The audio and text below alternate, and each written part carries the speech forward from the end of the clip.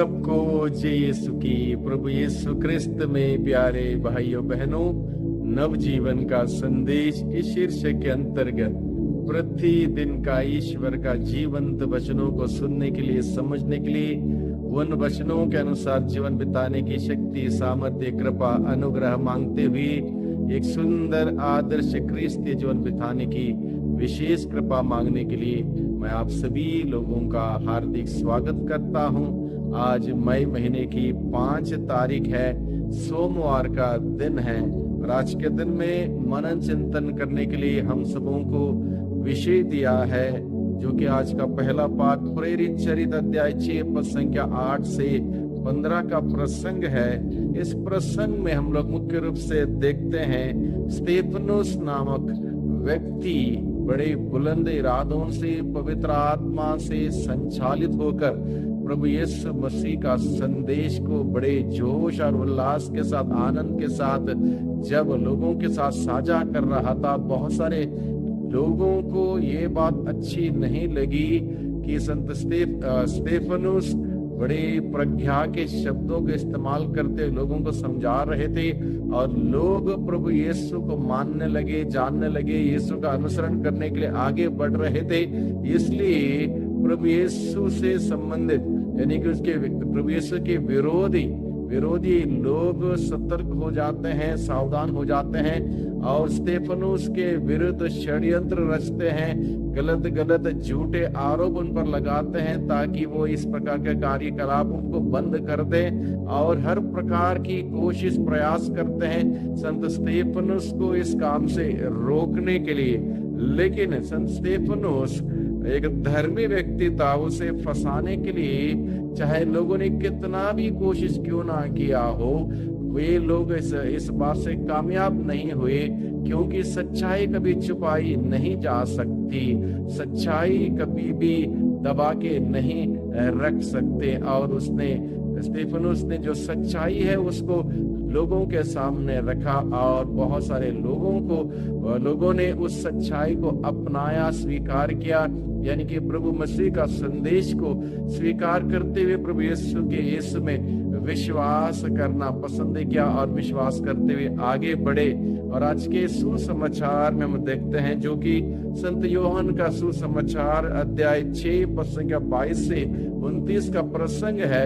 इसमें हम लोग देखते हैं लोग यीशु के पास भीड़ आने लगे, प्रभु की खोज करते हुए आने लगे।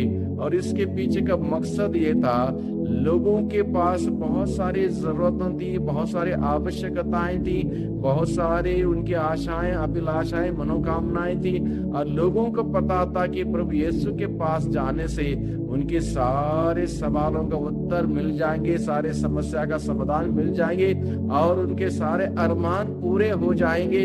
इसलिए बड़े उम्मीद और उत्साह के साथ लोग प्रभु की खोज करने लगे, प्रभु को ढूंढने लगे, प्रभु के पास आने लगे और भीड़ प्रभु के पास आने लगे।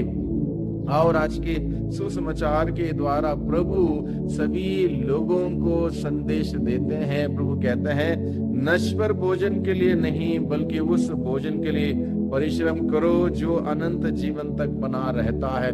क्योंकि प्रभु यीशु ने इस बात को इस वजह से कहा, लोगों की भीड़ प्रभु यीशु के पास तब आने लगी। उसके पूर्व प्रभु यीशु ने 5 रोटी और 2 मछलियों से हजारों की संख्या में लोगों को खिलाया पिलाया, लोग खाकर तृप्त हुए और इस बात का भी जोश लोगों के अंदर था। इसलिए प्रभु यीशु मसीह यहाँ पर स्पष्ट करते हैं, भीड़ उनके पास आने वाले लोगों के सामने ये बात स्पष्ट करते हैं, किसी प्रकार की शारीरिक भूख को लेकर, किसी प्रकार की भौतिक जरूरतों को लेकर, किसी प्रकार के स्वार्थ की या लालच की बात को लेकर लोग प्रभु के पास ना आए। प्रभु ने इस बात को स्पष्ट किया, क्योंकि आज भी हम लोग देखते हैं कई बार लोग अनेक प्रकार के अपने ही स्वार्थ भरे योजनाओं को लेकर, मकसद को को लेकर, उद्देश्य को लेकर गिरजाघर जाते हैं, चर्च जाते हैं, प्रार्थना में जाते हैं, अलग अलग प्रकार की अपनी ख्वाहिशें हैं, उम्मीदें हैं, अपने अपने एक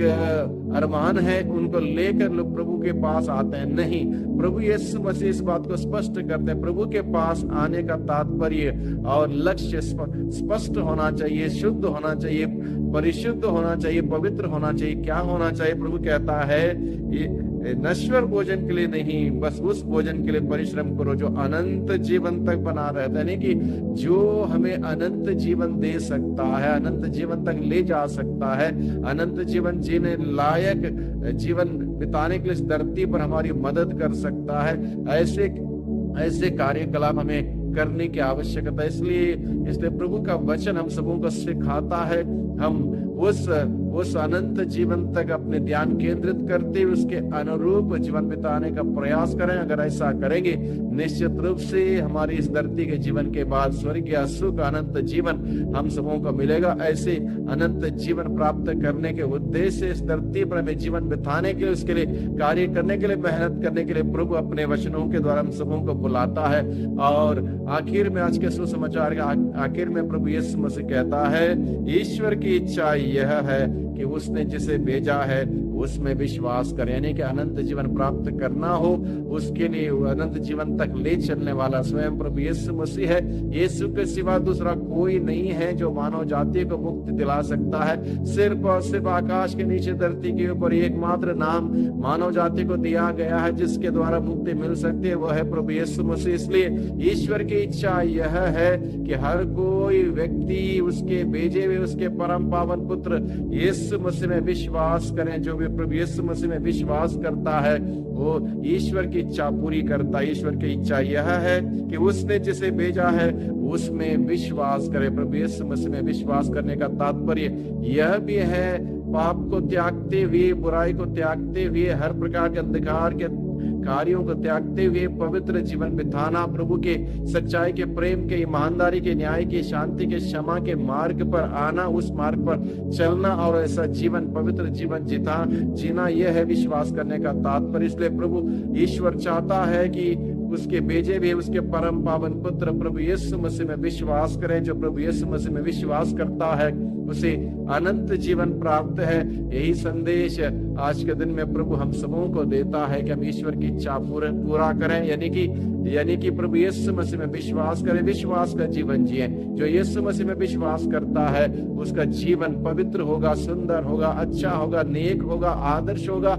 एक ऐसा उदाहरण का आदर्श जीवन हम अगर बिताएंगे, निश्चित रूप से हम प्रभु की गवाही बनेंगे, प्रभु के साक्षी बनेंगे। और ऐसा जीवन बिताने के लिए प्रभु ने हम सबों को चुना है, बुलाया है। इसलिए भाइयों बहनों, आज के संदेश को ग्रहण करें, दिल में संजोए रखें, इस संदेश के अनुरूप जीवन बिताने का हर प्रकार का प्रयास करें, निरंतर विश्वास में आगे बढ़े, प्रभु में हम लोग बुलंद हो जाएं, मजबूत हो जाएं और एक सुंदर क्रिस्तीय जीवन हम सभी बिताते हुए प्रभु की सच्ची गवाही और साक्षी बने। वही प्रभु हम सबों को आशीष और बरकत बरसाएं। सबको धन्यवाद, सबको जय यीशु की।